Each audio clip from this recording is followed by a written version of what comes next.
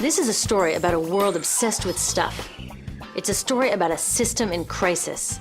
We're trashing the planet, we're trashing each other, and we're not even having fun. The good thing is that when we start to understand the system, we start to see lots of places to step in and turn these problems into solutions.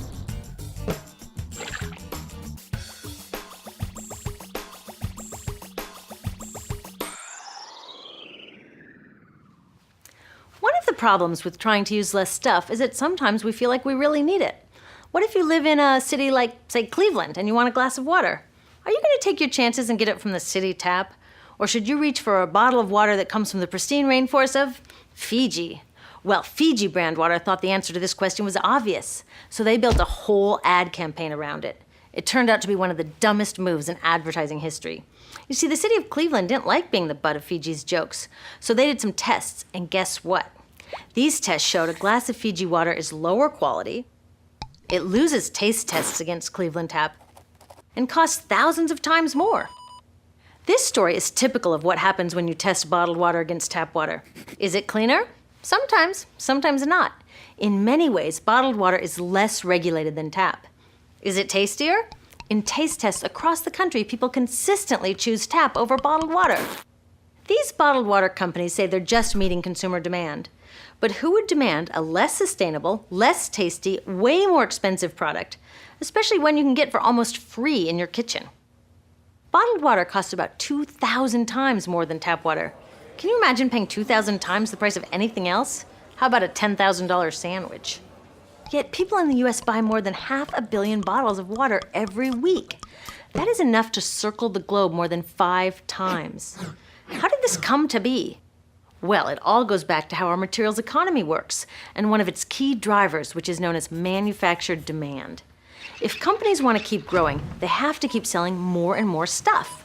In the 1970s, giant soft drink companies got worried as they saw their growth projections starting to level off.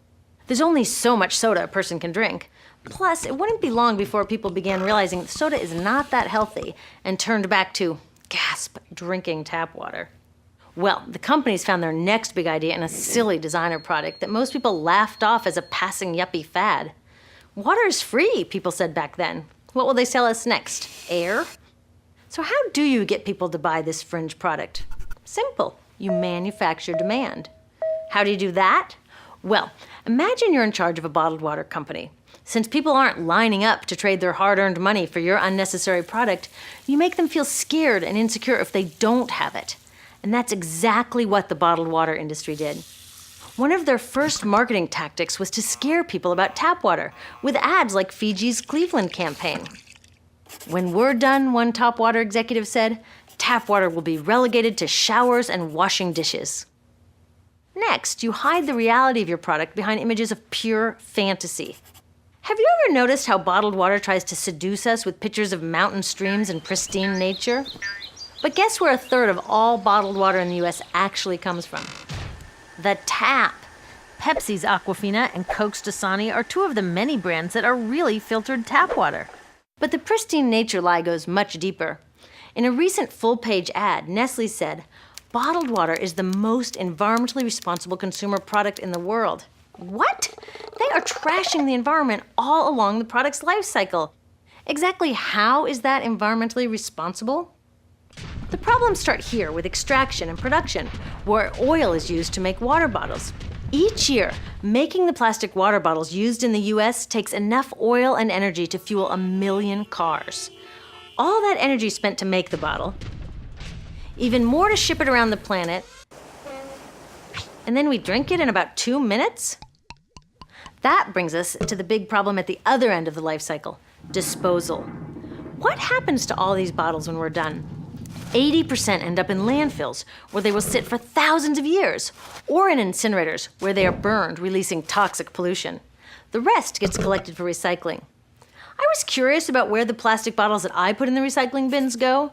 I found out that shiploads were being sent to India, so I went there. I will never forget riding over a hill outside Madras, where I came face to face with a mountain of plastic bottles from California. Now, real recycling would turn these bottles back into bottles. But that wasn't what was happening here. Instead, these bottles were slated to be downcycled, which means turning them into lower quality products that would just be chucked later. The parts that couldn't be downcycled were thrown away there, shipped all the way to India just to be dumped in someone else's backyard. If bottled water companies want to use mountains on their labels, it would be more accurate to show one of these mountains of plastic waste. Scaring us, seducing us, and misleading us. These strategies are all core parts of manufacturing demand. Once they've manufactured all this demand, creating a new multi-billion-dollar market, they defend it by beating out the competition. But in this case, the competition is our basic human right to clean, safe drinking water. Pepsi's vice chairman publicly said, "The biggest enemy is tap water." They want us to think it's dirty and bottled water is the best alternative. In many places, public water is polluted, thanks to polluting industries like the plastic bottle industry.